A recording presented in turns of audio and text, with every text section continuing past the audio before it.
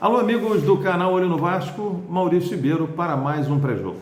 O Vasco enfrenta hoje a Ponte Preta às 20h30, precisando ganhar. Não tem alternativa. Já falo sobre isso, mas antes um parêntese.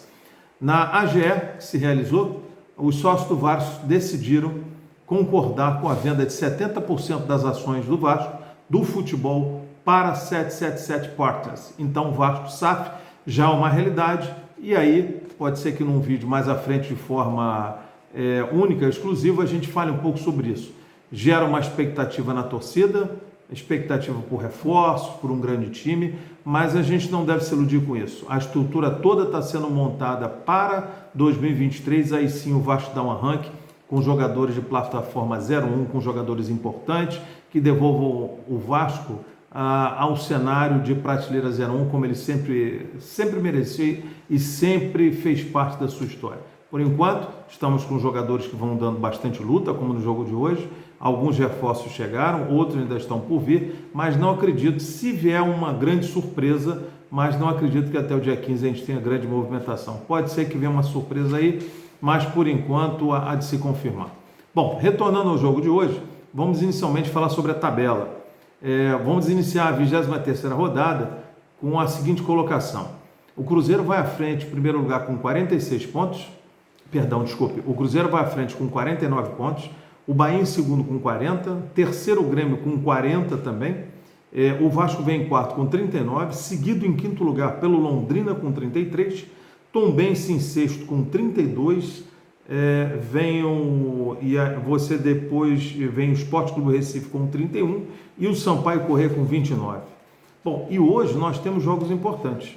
Vamos falar do jogo do Vasco, mas nós temos o jogo do Londrina contra o Cruzeiro às 21 horas, temos o jogo às 21h30 de Sampaio Corrêa contra o Bahia e temos o jogo 21h30 de Tombense e Vila Nova, além de 20h30 o jogo do Vasco. Só que antes nós temos jogos também importantes. Nós temos às 19 horas Grêmio contra o Operário em casa e temos o Ituano pegando o Sport Recife em casa. Ou seja, haja coração, porque a rodada hoje promete muita preocupação da torcida do Vasco, porque o Vasco está jogando fora, mesmo ainda o Vasco com 39, ele tem hoje confortavelmente, não diria tão confortável, né? 6 pontos para o Londrina. Então Londrina que joga hoje contra o Cruzeiro, aí eu já não digo nem que o empate é favorável, pode ser que seja uma vitória do Cruzeiro, mas vai que o Londrina ganha, pula para 36, fica 3 do Vasco. E é claro que o Vasco joga um pouquinho antes do Londrina. Mas vamos falar do jogo do Vasco. O Vasco teve essa semana movimentada, com algumas contratações chegando. Bruno Tubarão, um atacante, que pode jogar como atacante, como ponta. O Fábio Gomes, que joga como atacante também. O Matheus Ribeiro, lateral direito. E o Paulo Vitor, lateral esquerdo. Claro que a torcida queria jogadores a nível Paulinho, a nível Felipe Coutinho, mas como eu falei, isso não é para agora. Então o Vasco tem que se ater a um modelo de jogo com os jogadores que ele tem neste momento. Nós temos jogadores suspensos, nós temos o Nenê suspenso, temos o Yuri suspenso, temos o Palácio suspenso. Então, Emílio Faro, eu acho que hoje, para esse jogo com a Ponte, vai dizer, ele tem uma dor de cabeça no meio, mas eu vejo ele com algumas alternativas diferentes e positivas para esse jogo contra a Ponte Preta, que não é um time bobo. A Ponte Preta é um time de meio para o final da tabela, é um time que não se encaixou ainda, tem um treinador, Hélio dos Anjos, quem não lembra aquela besteira que ele foi falar no turno, dizendo que a torcida do Vasco, quando gritou aquele para o Yuri, ele querendo, enquanto treinador, ele disse que o Vasco estava cometendo um ato ali de racismo. É não conhecer a história do Vasco ou querer jogar para a plateia. Não repete isso, que ficou muito feio. A marca do Vasco não é essa, é justamente o contrário.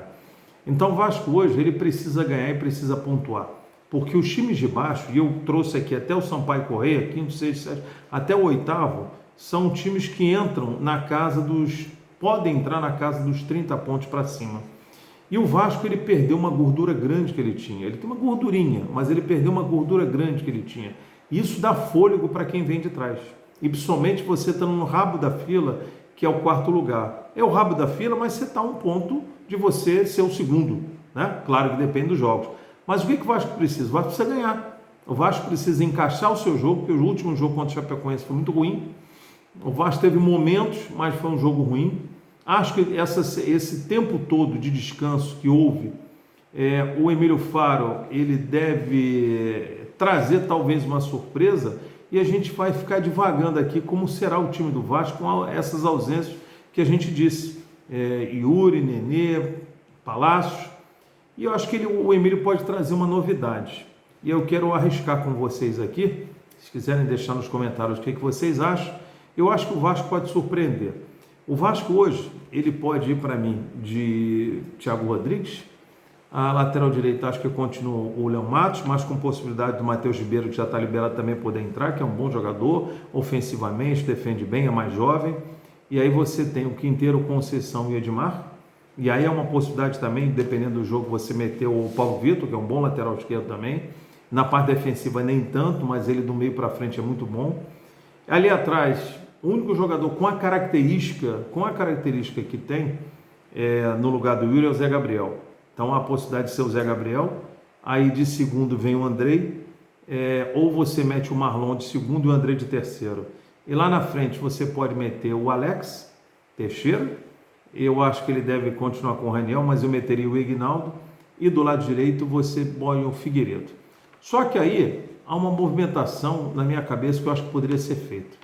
Quando você vai para a segunda linha, você poderia meter você poderia ter o Zé Gabriel, você poderia ter o Andrei e você espetar o Alex Teixeira de terceiro. E o que você faria com o Marlon? Jogaria o Marlon lá na direita, porque ele pode trocar com o Andrei e pode fazer esse revezamento. Espeta o Andrei na extrema direita, desce o Marlon para terceiro, apesar da posição originária dele de segundo. Ou se ele quiser arriscar e seguir a característica que ele teve na base, a grande surpresa pode ser a gente ter o Marlon de primeiro, ou o Zé Gabriel de primeiro, o Marlon de segundo, ou o Marlon, o Andrei de segundo, e no lugar do Nenê pode-se colocar o Peck. Porque o Peck, ele é ágil e veloz para fazer um 10, diferente do 1 para 1, que lá na frente ele não vai bem. Então você poderia ter o Zé Gabriel, você poderia ter o Andrei e você poderia ter o Peck de 10. E aí você vai dizer, mas ele é na frente quem joga? Aí eu colocaria lá na frente o Alex Teixeira pela esquerda, eu colocaria o Ignaldo como centroavante, mas acho que ele é com o Raniel, e lá na direita o Marlon. Porque o Marlon já atuou algumas vezes ali pela direita, ele pode fazer essa troca com o Peck, pode fazer essa invertida com o Andrei, e são jogadores com mobilidade, seja na segunda linha, na terceira linha. Então o Vasco ganha mais em vitalidade, você ganha com o Alex Teixeira, você ganha com o Marlon, você ganha com o Andrei, você ganha com o Peck, ou você pode ter o Figueiredo também. Então acho que o Emílio Faro, ele tem boas alternativas para fazer esse time mais jovem, um time mais intenso na marcação, que o Vasco precisa disso. Que o Vasco ele tem que ser mais agressivo na marcação. E prefiro jogadores ali na frente que não guardem posição fixa, que os três se revezem de um lado para o outro, daqui da esquerda para a direita, para o meio, abre espaço, faz um facão para dentro, deixa o lateral entrar, sobe a segunda linha. O Vasco precisa pressionar mais esta saída de bola do adversário, principalmente em cima da Ponte Preta. E aí com isso você fica mais próximo do gol adversário, afasta as suas linhas dentro do seu gol e você dá um recado claro que você veio para jogar, não veio para se defender. Então o Vasco hoje ele precisa ganhar para pontuar, subir a 42 pontos, entrar na casa dos 40, que perdeu uma grande chance contra a Chapecoense, afastar de quem vem de baixo e mostrar quem está embaixo que a gente está subindo, que a gente está fazendo pontuação. E cada vez mais você diminuir aquela conta de 9 vitórias, que agora faltam 8, ganhando faltam 7, e você dá um recado claro para todas as equipes que o Vasco está se consolidando, vencendo um time, tomou seus tropeções, isso era compreensível. Uma pena que com o antigo treinador a gente perdeu uma gordura importante que a gente tinha, mas os jogadores estão muito focados nesse trabalho, estão muito focados no acesso à Série A. O movimento da SAF eu acho que tira também um peso de uma ansiedade, uma angústia de todos ali dentro, pela forma com que seria resolvido, votado pelo sócio. Então, amigos, o Vasco hoje não tem alternativa, é torcer para os resultados de uma rodada que é importante, que podem ter resultados favoráveis, é ter um time com a primeira linha um pouco mais afastada da grande área, a segunda linha mais próxima do meio de campo, encostando na terceira. E a terceira linha, os homens ali de frente se movimentando bastante. Não gosto de ver o time parado. O Andrei sai para o jogo, o Zé Gabriel ficando um pouco mais, se for ele, se for o Peck de 10 ou se for o Alex Teixeira de 10 e você botar ali na frente o Peck, o Raniel e o Figueiredo, ou você meter o Ignaldo, que é o que eu prefiro. De toda forma, o Vasco tem que ser coeso, tem que jogar compacto, não adianta o Vasco querer propor jogo, porque já ficou claro que tem 60%, 70% de posse de bola e não consegue arrancar. O Vasco é aquele time que tem que fazer uma transição rápida, entregar um pouco a bola para o adversário e você ficar pronto para a sua saída. Que é isso que o Vasco vem jogando por 1, 2, 3 bolas, é um futebol feio, não é uma coisa que a gente gosta, não sei ainda se com esses jogadores a gente consegue ter um cenário um pouco melhor, mas sou muito otimista, acho que esses jogadores que vieram são jogadores que podem contribuir, não numa prateleira que a gente gostaria, mas vão ajudar o Vasco a subir para a Série A com certeza. Então, voltando aqui, a tabela final: Cruzeiro 49, primeiro lugar, Bahia 40, segundo, Grêmio terceiro 40, Vasco em quarto 39, Londrina 33, Tombense 32, Sport Recife 31 e Sampaio Corrêa 29. Então hoje, amigos, Vasco e Ponte Preta 20h30